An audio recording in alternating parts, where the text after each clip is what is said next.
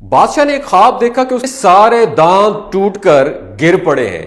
बादशाह ने एक मुफस्सिर को बुलवाकर उसे अपना ख्वाब सुनाया। मुफस्सिर ने बादशाह से कहा, बादशाह सलामत, इस ख्वाब की ताबीर यह बनती है कि आपके सारे घर वाले आपके सामने मर जाएंगे। यह सुनने के बाद बादशाह को बहुत ज्यादा गुस्सा आया। उसने मुफस्सिर को कत्ल करवा दिया। एक और मुफस्सिर को बुलाया गया। बादशाह ने उसको अपना ख्वाब सुनाया। मुफस्सिर ने कहा, बादशाह सलामत, आपको मुबारक हो। ख्वाब की ताबीर यह बनती है कि आप माशाअल्लाह अपने घर वालों में से सबसे ज्यादा लंबी उम्र पाएंगे। बादशाह बड़ा खुश हुआ।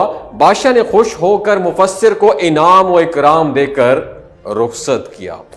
क्या इस बात का यह मतलब नहीं बनता कि अगर बादशाह अपने घर वालों में से सबसे लंबी उम्र पाएगा तो उसके सारे घर वाले उसके सामने ही वफात पाएंगे?